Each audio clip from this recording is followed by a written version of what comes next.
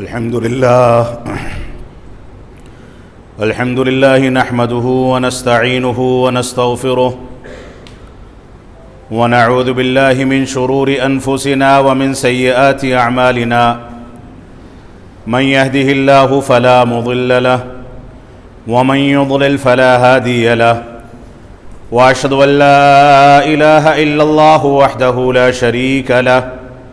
وأشهد أن محمدًا عبده ورسوله أما بعد فإن خير الحديث كتاب الله وخير الهدي هدي محمد صلى الله عليه وسلم وشر الأمور محدثاتها وكل محدثة بدعة وكل بدعة ضلالة وكل ضلالة في النار فأعوذ بالله السميع العليم من الشيطان الرجيم بسم الله الرحمن الرحيم والفجر وليال عشر والشفع والوتر۔ محترم سامعین کرام، بزرگان دین،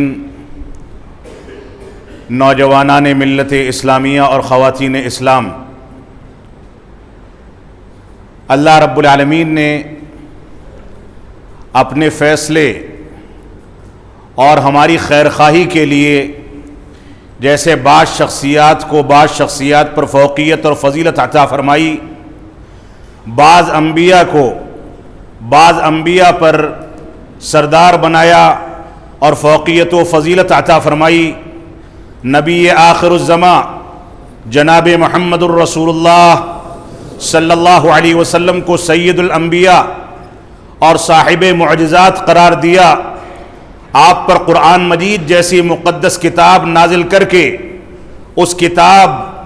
اور خود رسول اکرم صلی اللہ علیہ وسلم کی زبان مبارک سے نکلی ہوئی روایات اور احادیث کی حفاظت کی ذمہ داری لی اور اس بات کو واضح کر دیا کہ اللہ رب العالمین کے اس دین میں، قرآن مجید میں اور رسول اکرم صلی اللہ علیہ وسلم کی احادیث مبارکہ میں ساری دنیا ایک ساتھ جمع ہو جائے، اس کے باوجود کوئی تبدیلی، کوئی تحریف، کوئی حذف و اضافہ نہیں کر سکتی۔ تو اللہ رب العالمین نے جیسے دوسرے انبیاء پر رسول اکرم صلی اللہ علیہ وسلم کو فضیلت دی، آپ کو سید الانبیاء بنایا، دوسری آسمانی کتابوں پر قرآن مجید کو عظمت عطا فرمائی، اسی طریقے سے اللہ رب العالمین نے بعض ایام پر بعض ایام کو فوقیت اور فضیلت عطا فرمائی ہے۔ اللہ رب العالمین نے پورے سال میں رمضان المبارک کے عظیم مہینے کو پورے سال کے تمام مہینوں پر فضیلت عطا فرمائی، اس میں ایک مہینے کے صوم کا اہتمام، روزوں کا اہتمام، اللہ رب العالمین کی رضامندی کے لیے طلوع فجر سے لے کر کے غروب آفتاب تک بھوکے اور پیاسے رہنے کا اہتمام کرنے کی بدولت اللہ رب العالمین نے رمضان المبارک کو فوقیت عطا فرمائی۔ رمضان المبارک میں رب کائنات نے اپنی آخری کتاب جناب محمد الرسول اللہ صلی اللہ علیہ وسلم پر نازل فرما کر کے امت اسلامیہ پر سب سے عظیم احسان فرمایا۔ اللہ رب العالمین نے اسی طریقے سے محرم کے ایام کو، ذی الحجہ کے ایام کو اور دوسرے بعض ایام کو رب کائنات نے دوسرے ایام پر فضیلت عطا فرمائی ہے۔ اسی طریقے سے رب کائنات نے ہفتے کے 7 ایام میں جمعہ کے دن کو فوقیت اور فضیلت عطا فرما کر کے جمعہ کے دن کو سارے ایام کا سردار قرار دیا، مسلمانوں کی ہفتہ واری عید قرار دیا۔ یہ رب کائنات کی مرضی، اس کی مصلحت، اس کا فیصلہ اور ہمارے حق میں اس بات کا فیصلہ اس چیز کو مفید ثابت کرتا ہے کہ ہم ان چیزوں کے ذریعے بھرپور فائدہ حاصل کریں۔ ہم رمضان کے ایام سے اللہ رب العالمین کی عبادت کر کے، اللہ رب العالمین کی رضامندی کو تلاش کر کے بھرپور فائدہ اٹھائیں، محرم کے 2 روزوں سے بھرپور فائدہ اٹھائیں، ذی الحجہ کے ابتدائی 10 ایام سے بھرپور فائدہ اٹھائیں، جمعہ کے دن اللہ رب العالمین کی خصوصی عبادت، رسول اکرم صلی اللہ علیہ وسلم پر خصوصیت کے ساتھ درود و سلام پڑھ کے بھرپور فائدہ اٹھایا جائے۔ اللہ رب العالمین نے گاہے بگاہے سال کے تمام ایام میں ہماری زندگی کے مختلف مراحل میں اس طرح کے مواقع ہم کو عطا فرمائے جن سے ہم بھرپور فائدہ اٹھا سکتے ہیں۔ سورۃ الفجر کی ابتدائی 3 آیتیں آپ کے سامنے تلاوت کی گئی ہیں۔ اللہ رب العالمین نے ان 3 آیتوں کے اندر قسم کھائی ہے، فرمایا والفجر، قسم ہے صلاۃ فجر کی، ولیال عشر، اور قسم ہے 10 راتوں کی، والشفع والوتر، اور قسم ہے طاق اور جفت کی۔ اللہ رب العالمین نے یہاں 3 آیات میں 4 چیزوں کی قسم کھا کر کے ان چیزوں کی جانب اشارہ کر دیا، ان باتوں کی وضاحت کر دی کہ جن باتوں کی اللہ رب العالمین قسم کھا رہا ہے وہ باتیں اہمیت کی حامل ہیں۔ اللہ رب العالمین کا اسلوب دیکھا جائے، قرآن مجید کی آیتوں کا مطالعہ کیا جائے، نصوص شرعیہ کا مطالعہ کیا جائے تو یہ اندازہ ہوتا ہے کہ بعض باتوں کو اللہ رب العالمین عمومی انداز سے ذکر فرما دیتا ہے، کچھ چیزوں کو قسم کھا کر کے ذکر فرماتا ہے، اور اکثر چیزوں میں رب کائنات اپنی قسم کھاتا ہے، اور کچھ چیزوں میں رسول اکرم صلی اللہ علیہ وسلم یہ عظیم چیزوں کی قسم کھاتا ہے۔ لیکن یہاں پر اللہ رب العالمین نے ان ایام کے مد نظر، ان ایام کی اہمیت اور فضیلت کے مد نظر ان ایام کی قسم کھا کر کے ہمارے سامنے یہ واضح کر دیا کہ اس بات کو سمجھ لو کہ رب کائنات نے عمومی انداز سے ان ایام کا تذکرہ نہیں فرمایا، بلکہ ان کی قسم کھائی، ان کی اہمیت کو واضح کیا۔ لہذا ان کی اہمیت کو سمجھنا، ان ایام سے بھرپور فائدہ اٹھانا یہ ہماری بنیادی ذمہ داری ہے۔ اللہ رب العالمین ہم کو اس بات کی توفیق عطا فرمائے۔ تو اللہ رب العالمین نے فرمایا والفجر، قسم ہے صلاۃ فجر کی۔ اکثر مفسرین کے قول کے مطابق یہاں صلاۃ فجر سے صلاۃ فجر ہی مراد ہے، یعنی روزانہ جو صلاۃ فجر جس میں مسلمانوں کی مسجدیں ویران ہوتی ہیں، وہ صلاۃ فجر جس میں مسلمان اپنے نرم و گداز بستر کو چھوڑ کر کے مسجد میں آنے کو گوارا نہیں کر پاتا، وہ صلاۃ فجر جس کے بارے میں رسول اکرم صلی اللہ علیہ وسلم نے ارشاد فرمایا کہ یہ صلاۃ فجر جو باجماعت ادا کرتا ہے وہ دن بھر کے لیے رب کائنات کے حفظ و امان میں آ جاتا ہے، وہ دن بھر اللہ رب العالمین کی حفاظت میں آ جاتا ہے۔ اللہ رب العالمین اس کو ہر قسم کے شر سے، ہر قسم کے فتنوں سے، ہر قسم کے زوال سے، ہر قسم کی ایسی چیزوں سے محفوظ رکھتا ہے جن چیزوں سے اس کو نقصان پہنچ سکتا ہے۔ یہی صلاۃ فجر ہے جس کے بارے میں اللہ رب العالمین نے قرآن مجید میں ارشاد فرمایا ان قرآن الفجر کان مشہودا، کہ صلاۃ فجر کے وقت قرآن مجید کی تلاوت کا اہتمام کرنا یہ گواہی دینے والی تلاوت ہے۔ اللہ رب العالمین اس کو پسند فرماتا ہے، اور اسی صلاۃ فجر کی اذان و اقامت کے درمیان پڑھی جانے والی 2 سنتوں کے بارے میں اللہ کے نبی صلی اللہ علیہ وسلم ارشاد فرماتے ہیں کہ دنیا کی ساری نعمتوں کو ایک جانب رکھ دیا جائے، ان ساری کی ساری نعمتوں پر، ساری کی ساری دولت پر، اور دنیا کے اندر جو بھی نعمتیں، یہ عمارتیں، یہ بینک بیلنس، یہ تجارت، یہ سواریاں، یہ ساری کی ساری نعمتیں، زیورات، ہیرے جواہر، یہ ساری کی ساری چیزیں ایک جانب رکھ دی جائیں۔ اللہ کے نبی صلی اللہ علیہ وسلم فرماتے ہیں کہ صلاۃ فجر کی 2 سنتیں یہ دنیا وما فیہا سے زیادہ بہتر ہیں، دنیا کی ساری نعمتوں پر بھاری ہیں۔ یہ صلاۃ فجر کا مقام ہے، اس کی اہمیت ہے، لیکن ہم ہیں کہ اس کے سلسلے میں غفلت کا شکار ہیں، اس سے دوری اختیار کرتے ہیں، ہماری مسجدیں ویران ہوتی ہیں، ہم گھروں سے نکل کر کے صلاۃ فجر کی پابندی کے لیے مسجدوں میں حاضری نہیں دے پاتے۔ تو اللہ رب العالمین نے فرمایا قسم ہے صلاۃ فجر کی۔ اور علامہ ابن کثیر، حافظ ابن کثیر رحمت اللہ علیہ فرماتے ہیں کہ بہت سارے مفسرین کے بقول اس صلاۃ فجر سے یوم النحر یعنی قربانی کے دن 10 ذی الحجہ کی صلاۃ فجر مراد ہے، ایک قول کے مطابق۔ اور اس کے بعد فرمایا وَلَيَالٍ عَشْرٍ، اور 10 راتوں کی قسم، ان 10 راتوں سے راجح قول کے مطابق ذی الحجہ کا پہلا عشرہ مراد ہے، ذی الحجہ کے ابتدائی 10 دن مراد ہیں، ابتدائی 10 ایام مراد ہیں۔ اس سلسلے میں بھی اگرچہ مفسرین کے یہاں اختلاف ہے، کوئی یہ کہتا ہے کہ اس سے رمضان المبارک کا پہلا عشرہ مراد ہے، کسی کے قول کے مطابق رمضان المبارک کا آخری عشرہ مراد ہے، کسی کے قول کے مطابق محرم کا پہلا عشرہ مراد ہے، اور اکثر مفسرین کہتے ہیں کہ اس سے ذی الحجہ کے ابتدائی 10 دن مراد ہیں، اور راجح قول کے مطابق رمضان کے آخری عشرے کی فضیلت اپنی جگہ پر ہے، لیکن اجتماعی شکل میں اگر دیکھا جائے اور سلف کے اقوال کو جمع کیا جائے تو بات نکل کر کے یہ آتی ہے کہ رمضان کے آخری عشرے کے 10 دنوں کے بالمقابل ان 10 ایام کی فضیلت ان سے بھی کہیں زیادہ ہے۔ اگرچہ رب کائنات نے رمضان کے آخری عشرے کی طاق راتوں میں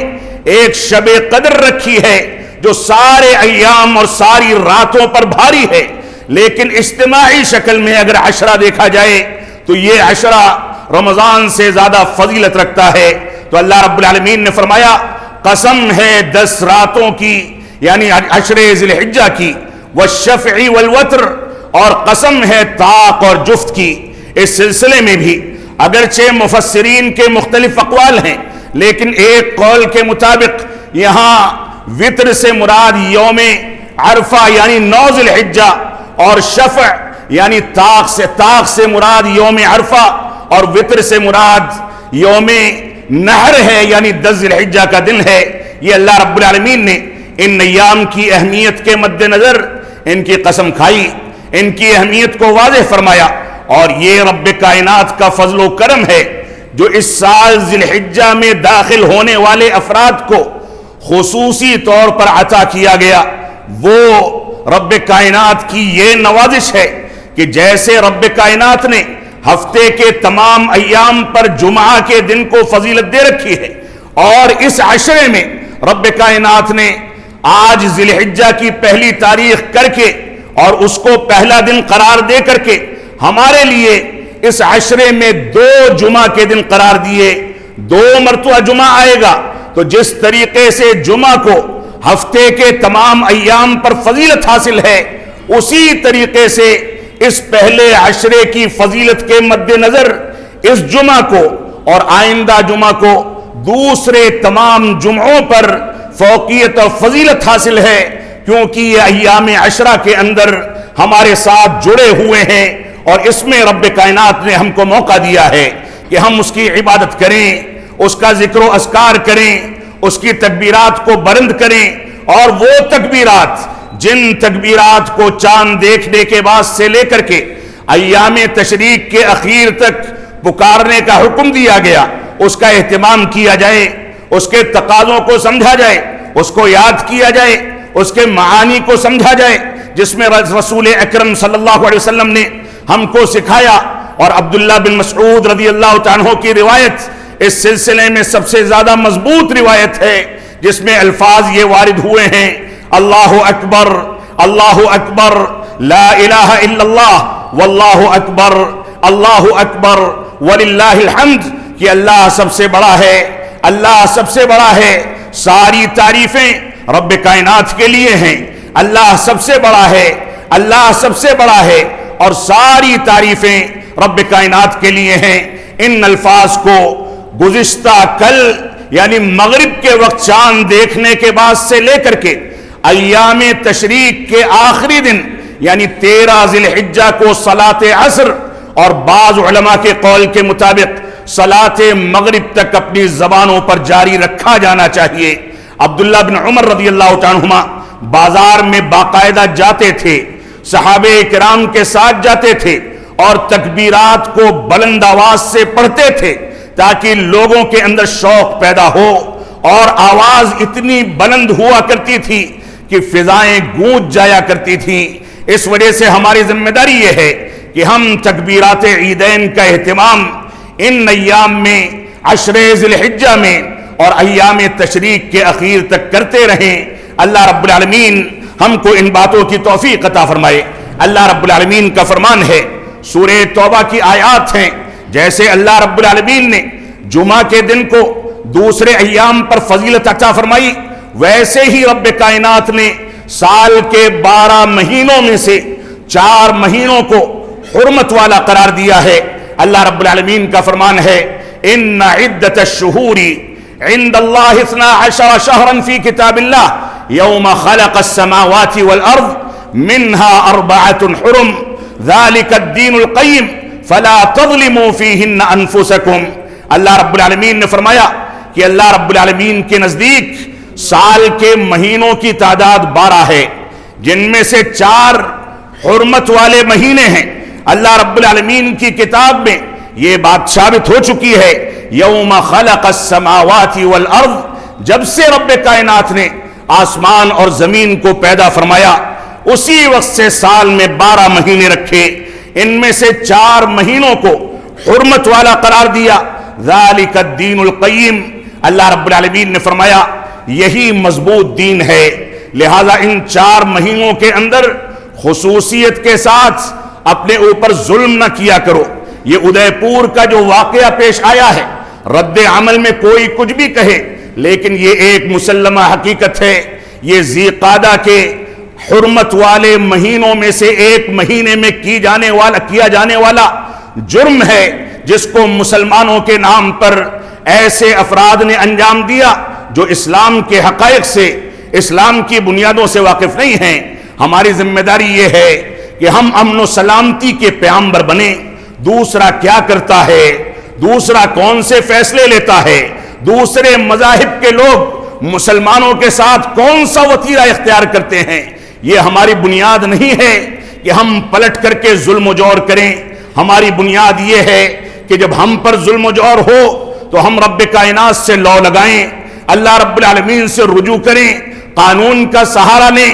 مضبوطی کے ساتھ اپنے مسائل کی پیروی کریں، اپنے بڑوں کو اس بات پر آمادہ کریں کہ وہ نکل کر کے حکومت سے باتیں کریں، امن و سکون پھیلایا جائے اور بے چینی کے ماحول سے اس ملک کو آزاد کرایا جائے۔ لیکن یہ بھی ایک مسلمہ حقیقت ہے کہ اگر کوئی حکومت کسی انداز کی طاقتیں اگر امن و سلامتی کے قیام پر قادر نہیں ہیں تو ان کو حکومت میں رہنے کا حق حاصل نہیں ہوتا۔ ہماری ذمہ داری ہے کہ ہم عدل و انصاف سے کام لیں۔ تو اللہ رب العالمین نے اس کو حرمت والا مہینہ قرار دیا جس میں یہ جرم انجام دیا گیا، تو اللہ رب العالمین نے فرمایا منہا 4 حرم، اس میں 4 حرمت والے مہینے ہیں، ایک ذی قعدہ، ایک ذی الحجہ، ایک محرم، یہ تینوں مہینے مسلسل ایک ساتھ آتے ہیں، اور ایک مہینہ رجب کا مہینہ ہے، یہ 4 حرمت والے مہینے ہیں۔ اللہ رب العالمین نے ہم کو ان کا احترام خصوصیت کے ساتھ کرنے کا حکم دیا، اور کفار و مشرکین مکہ کے اس عمل کو کفر میں زیادتی قرار دیا جس کے بارے میں کفار و مشرکین مکہ جب ان مہینوں کے اندر جنگ کرنے، کسی سے قتال کرنے کی ضرورت ہوتی تھی تو وہ مہینوں کے نام بدل دیا کرتے تھے۔ اللہ رب العالمین نے فرمایا انما النسیء زیادۃ فی الکفر، یہ نسی یعنی مہینوں کا نام بدل دینا یہ کفر میں زیادتی ہے۔ یہ ایک سال کسی مہینے کو حرمت والا کہتے ہیں، دوسرے سال اس کو اپنے ضرورت کے لحاظ سے حلال کر لیتے ہیں۔ اللہ رب العالمین نے اس کو کفر میں زیادتی قرار دیا، اور ہماری بدقسمتی کیا ہے، ہم میں کی اکثریت یہ جانتی ہی نہیں ہے کہ حرمت والے مہینے کون سے ہیں۔ ہم میں کی اکثریت کو اس بات سے واقفیت ہی نہیں ہے کہ ہم کون سے مہینے سے گزر رہے ہیں، یہ ایام حرمت والے ہیں یا نہیں ہیں۔ ہم میں سے اکثریت یہ جانتی ہی نہیں ہے کہ ذی الحجہ، محرم، ذی قعدہ اور رجب کے لیے اسلام نے ہم کو خصوصیت کے ساتھ جو احکامات جاری کیے ہیں اس کا تقاضا کیا ہے، اس کا مفہوم کیا ہے۔ ہمیں واقف ہونا ہوگا کہ محرم کا مہینہ کب شروع ہوتا ہے۔ ہماری واقفیت اس بارے میں مضبوط ہونی چاہیے کہ رسول اکرم صلی اللہ علیہ وسلم کی ہجرت سے منسوب یہ مہینے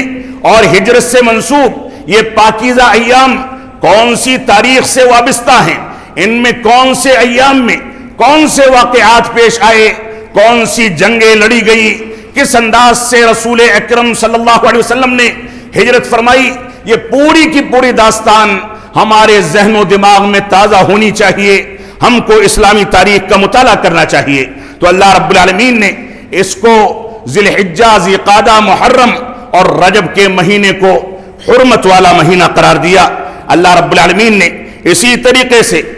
ذی الحجہ کے ابتدائی 10 ایام کو، جہاں سورۃ الفجر کے راجح قول کے مطابق مبارک ایام قرار دیا، ان کی قسم کھائی، اسی طریقے سے انہی ابتدائی 10 ایام میں رب کائنات نے حجاج کے لیے یوم عرفہ قرار دے کر کے یوم عرفہ کی عبادت کو، اس کی دعا کو سب سے افضل دعا قرار دیا۔ اور بعض روایات میں، جیسا کہ صحیح مسلم کی ایک روایت کے اندر بھی موجود ہے کہ اللہ رب العالمین یوم عرفہ کو اپنے بندوں سے قریب ہو کر کے فرشتوں کے درمیان اس بات کا اعلان کرتا ہے اور فخر و مباحات کرتا ہے، فرشتوں کے درمیان یہ کہتا ہے کہ میرے بندے آج عرفات کے میدان میں جمع ہوئے ہیں۔ ان پر رب کائنات فخریہ کلمات بیان کر کے فرشتوں سے پوچھتا ہے کہ ان کی مراد کیا ہے، یہ کس مقصد سے جمع ہوئے ہیں، اور اللہ رب العالمین اس دن کی دعا کو قبول فرماتا ہے۔ یہ یوم عرفہ بھی انہی ایام میں رکھے گئے۔ یوم النحر جو علی الاطلاق پورے سال کے تمام ایام میں خون بہانے کا دن، قربانی پیش کرنے کا دن، رب کائنات کے تقوی اور پرہیزگاری کو اختیار کرنے کا دن ہے، اس دن کو بھی رب کائنات نے سب سے افضل قرار دیا، کیونکہ وہ یوم النحر ہے، وہ بھی انہی 10 ایام میں رکھا گیا۔ تو اللہ رب العالمین نے ان 10 ایام کی جہاں قسم کھائی، وہیں ان ایام میں دوسری بہت ساری برکتیں، بہت ساری فضیلتیں رکھی۔ انہی ایام میں یوم الترویہ ہے۔ یوم الترویہ یعنی 8 ذی الحجہ کا دن، جس دن ایام حج میں حجاج احرام باندھ کر کے منی میں جمع ہوتے ہیں۔ انہی ایام میں مزدلفہ کا قیام ہے۔ انہی ایام میں لبیک اللہم لبیک لبیک لا شریک لک لبیک ان الحمد والنعمت لک والملک لا شریک لک، یہ تلبیہ پکار کر کے رب کائنات کے دربار میں حاضری دی جاتی ہے، اللہ رب العالمین کی توحید کا اعلان کیا جاتا ہے۔ سارے کے سارے حجاج 2 چادروں میں جمع ہو کر کے تپتی دھوپ میں پسینے سے شرابور، ساری مشکلات، ساری پریشانیوں کو بھول کر کے صرف رب کائنات کی اطاعت اور اس کی تابعداری کے لیے اس کے گھر کا طواف کرتے ہیں، صفا مروہ کی سعی کرتے ہیں، اور اسی طریقے سے مزدلفہ، عرفات، منی، رمی جمرات اور دوسری جگہوں پر جمع ہو کر کے اللہ رب العالمین کی بڑائی بیان کی جاتی ہے۔ اس وجہ سے ان ایام کو دوسرے ایام پر فوقیت اور فضیلت دی گئی۔ انہی ایام میں یوم عرفہ کو اللہ رب العالمین نے آیت کریمہ الیوم اکملت لکم دینکم واتممت علیکم نعمتی ورضیت لکم الاسلام دینا، کہ ہم نے آج دین اسلام آپ کے لیے مکمل کر دیا اور آپ پر اپنی نعمتوں کو تمام کر دیا، اور آپ کے لیے پسندیدہ دین دین اسلام کو قرار دیا۔ اللہ رب العالمین نے سورہ مائدہ کی اس آیت کریمہ کو حجۃ الوداع میں یوم عرفہ کے وقت رسول اکرم صلی اللہ علیہ وسلم پر نازل کر کے انہی ایام میں دین کی تکمیل فرمائی۔ اور اسی آیت کریمہ کے بارے میں یہود و نصارہ نے جب عمر بن خطاب رضی اللہ تعالیٰ سے کہا تھا کہ اگر یہ آیت ہمارے دین میں، ہماری کتاب میں، ہمارے نبی پر نازل کی جاتی تو ہم اس آیت کریمہ کے نزول کے دن کو عید کا دن بنا لیتے، تو عمر بن خطاب رضی اللہ تعالیٰ نے فرمایا تھا کہ ہاں، ہم کو آیت کریمہ کا مفہوم، آیت کریمہ کے الفاظ، آیت کریمہ کے تقاضے، خطبہ حجۃ الوداع کی وہ پوری کی پوری کیفیات کہ اللہ کے نبی صلی اللہ علیہ وسلم اپنی مبارک سواری پر کیسے بیٹھے تھے، وہ جغالی کیسے کرتی تھی، اس کے منہ سے جھاگ کیسے گرتا تھا، کون سے صحابی رسول نے اس کی کمان سنبھالی تھی، صحابہ کرام کیسے سنتے تھے، کون سی باتیں کہی گئی تھی، کس انداز سے آپ نے ہدایات جاری کی تھی، پوری امت بلکہ پوری انسانیت کے لیے آپ نے کون سا پیغام دیا تھا وہ سب ہم کو ازبر ہے، ہم یاد رکھتے ہیں۔ اصل پیغام، اصل خوشی، اصل عید یہ ہے کہ ہم رسول اکرم صلی اللہ علیہ وسلم کے بتائے ہوئے پیغام کے تقاضوں کو سمجھیں، اس کے مطابق چلیں۔ تو اللہ رب العالمین نے یوم عرفہ کی دعا کو سب سے افضل دعا قرار دیا۔ اسی طریقے سے انہی ایام کے بارے میں رسول اکرم صلی اللہ علیہ وسلم کا فرمان ہے، صحیح بخاری کی روایت ہے کہ ما من ایام العمل الصالح فیہا احب الی اللہ من هذه الایام، کہ جو بھی اعمال دنیا میں کیے جاتے ہیں اللہ رب العالمین کے نزدیک سب سے زیادہ محبوب ترین اعمال وہ ہیں جو ان 10 ایام میں انجام دیے جائیں۔ صحابہ کرام نے رسول اکرم صلی اللہ علیہ وسلم سے پوچھا کہ ورل جہاد فی سبیل اللہ یا رسول اللہ، اے اللہ کے نبی صلی اللہ علیہ وسلم، کیا اللہ رب العالمین کے راستے میں جہاد کرنا بھی اس سے زیادہ افضل نہیں؟ تو آپ نے فرمایا نہیں، جہاد کرنا بھی اس سے زیادہ افضل نہیں، الا رجل، الا یہ کہ وہ آدمی خرج بنفسہ، جو بذات خود نکلے، وہ مالی ہی، اپنا مال و دولت لے کر کے نکلے، فلم یرجع من ذلک بشیء، اور نہ اس کی جان بچے نہ اس کا مال بچے، تو اس کا یہ عمل ان 10 ایام کے اعمال صالحہ سے افضل ہے۔ ورنہ عمومی لحاظ سے رب کائنات کو ان ایام کے اعمال صالحہ دوسرے پورے سال کے ایام سے زیادہ پسندیدہ ہیں۔ اسی طریقے سے طبرانی کی ایک روایت ہے جس کو احمد شاکر رحمت اللہ علیہ نے صحیح قرار دیا، مسند احمد کے اندر موجود ہے، کہتے ہیں کہ ما من ایام اعظم عند اللہ ولا احب الیہ العمل فیہن من هذه الایام، اللہ رب العالمین کی نظر میں سب سے زیادہ عظیم عمل اور سب سے زیادہ محبوب عمل ان ایام سے زیادہ کسی ایام میں اللہ رب العالمین کو پسند نہیں۔ فَأَكْثِرُوا فِيهِنَّ، لہذا ان ایام میں تم لوگ کثرت کے ساتھ التسبیح والتکبیر والتحلیل والتحمید، اللہ فرمایا کہ لہذا ان ایام میں تم لوگ اللہ رب العالمین کی پاکی بیان کیا کرو، سبحان اللہ کا ورد کیا کرو، اللہ رب العالمین کی بڑائی بیان کیا کرو، اللہ اکبر کا ورد کرو، والتحلیل، اور ان ایام میں اللہ رب العالمین کی وحدانیت کا اقرار کرو، یعنی لا الہ الا اللہ اور اس سے منسلک تمام اذکار کی پابندی کرو، والتحمید، اور اللہ رب العالمین کی تعریف بیان کیا کرو۔ یہ طبرانی کی روایت ہے جس کو مسند احمد کے اندر تقریباً انہی الفاظ کے ساتھ احمد شاکر رحمت اللہ علیہ نے صحیح قرار دیا۔ اسی طریقے سے ان ایام کے بارے میں ایک حکم یہ ہے جو اگرچہ کل صلاۃ مغرب سے جس کی ابتدا ہو چکی، اللہ کے نبی صلی اللہ علیہ وسلم فرماتے ہیں تم میں سے جس کا ارادہ قربانی کو انجام دینے کا ہے، جو قربانی کرنا چاہتا ہے، اس کے لیے ضروری ہے اور اس کے لیے بہتر ہے کہ وہ چاند دیکھنے کے بعد سے لے کر کے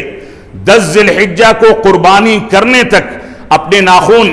اپنے بال یا اپنے جسم کا چمڑا یا اس طرح کی کوئی بھی چیز نہ کاٹے نہ اکھاڑے۔ یہ رسول اکرم صلی اللہ علیہ وسلم کا فرمان ہے۔ بعض محدثین کہتے ہیں کہ اگر کسی نے